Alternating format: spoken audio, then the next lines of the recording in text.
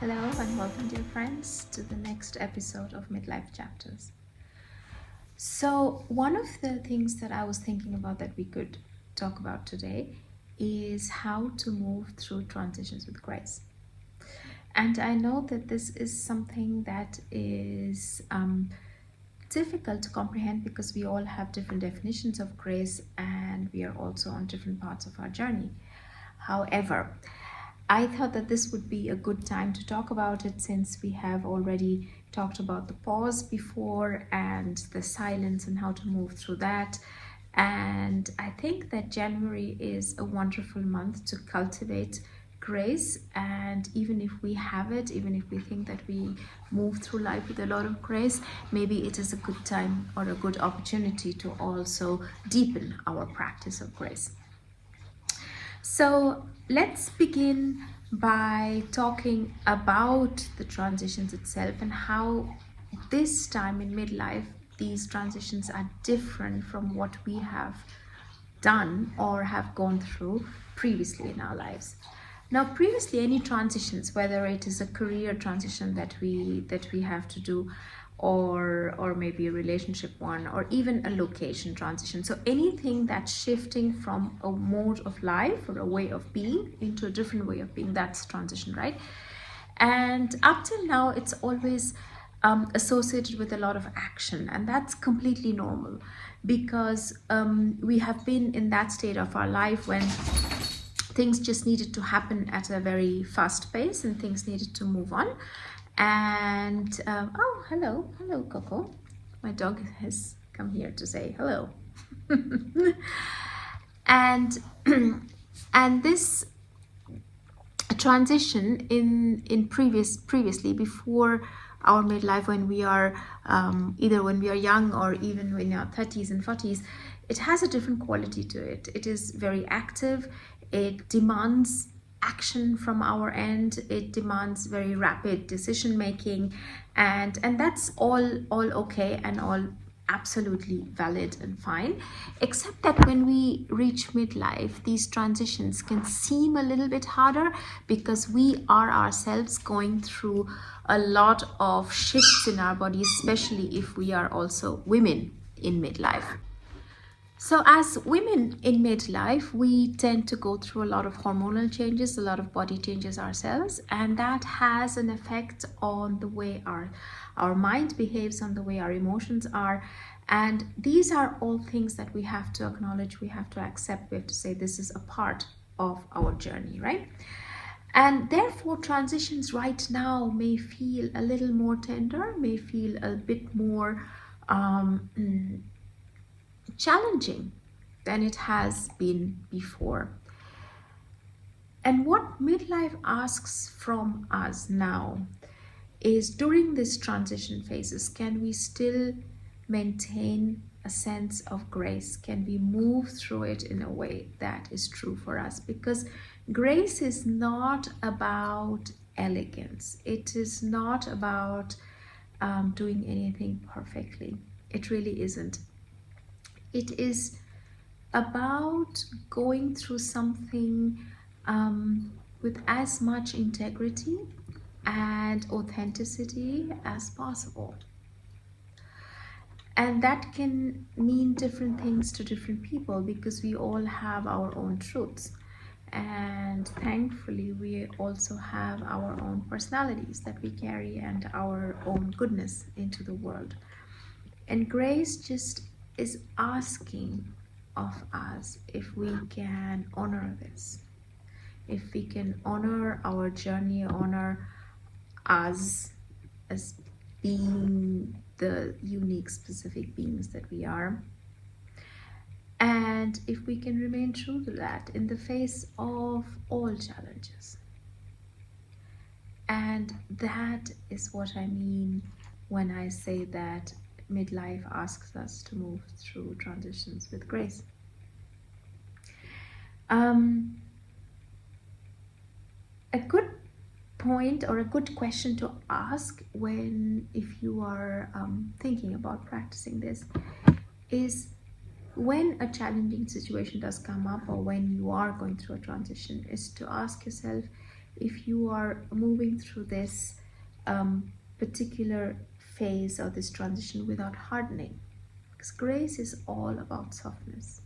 It is all about the allowing part. It is all about moving into something without resistance. So if we can soften ourselves without hardening, how does that feel? And it might be difficult at first, especially if you haven't practiced this before, or if this concept is new. And that's all right as well, right? We are not trying to compete, or we are not in an Olympic Games or whatever. We are doing none of these things. We are just trying to honor ourselves and where we are at. So moving through all these transitions that are coming, whether it is your kids leaving home or you moving into perhaps a smaller place because age is catching on and maybe a bigger place is not suitable anymore. Any change, any transition that's taking you from one way of living into another, can you move through this without hardening? So that, I think, is a very good starting point if one wants to cultivate more grace in the life. And I just heard the letter being read from the wife of the shooting in Minnesota in the US. And that letter was so full of humanity and so full of compassion and love and grace that I think that's a very perfect example, because it just talked about the woman who was shot and her contribution to life and how she lived and who she was. And the letter wasn't about reproach for the officer who shot her. It wasn't about hatred, because the answer was not about how can I get back, how can I get retribution, but rather the message of love and kindness and peace, even in the face of something as gruesome as that. And I think that is grace at its highest expression. And I think we all have a lot to learn from that. That even when grief strikes in as profound a manner as it did, can we still remain graceful in the face of it? Can we still soften? Can we still embrace the peace and the love that is always around us? And I guess that is something that I want to really emphasize, because that letter that touched me a lot, and I thought that I would share that with you. Not the letter itself, because I think that this is not the time and place for it, but if you want to listen to it or read it, you're going to find it online. It's there everywhere. The questions that I thought that we can use as reflection questions for moving with grace is that when the transitions happen, if you can allow the transitions to happen at their own rhythm, without pushing, pulling, without trying to do anything to it, without trying to be active, that it has a rhythm, right? Transitions are going to happen at their own pace. When can you allow that pace without trying to change it? So that is something that I think is a very good reflective question to ask. The second one is, of course, well, how do I feel in my body when I do this?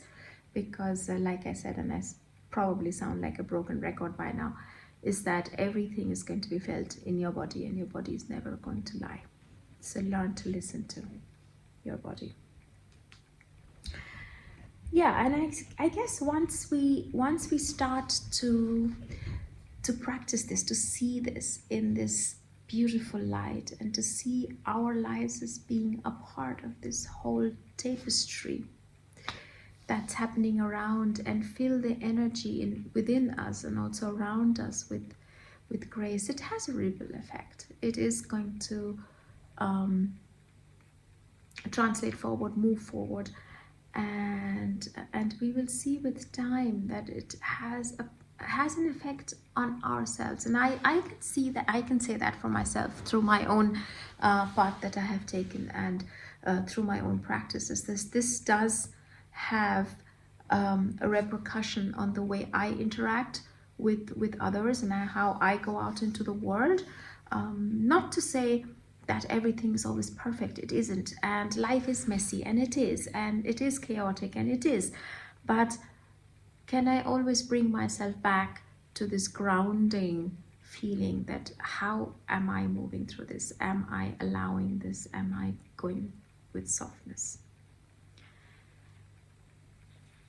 And as always, I'll be very curious to hear what you have to say about it. So please like, share, subscribe, comment, share this with somebody who needs to hear this. And I hope that this has helped you. And I will catch you next time. And until then, remember that your next chapter starts now. Talk to you next time. Bye-bye.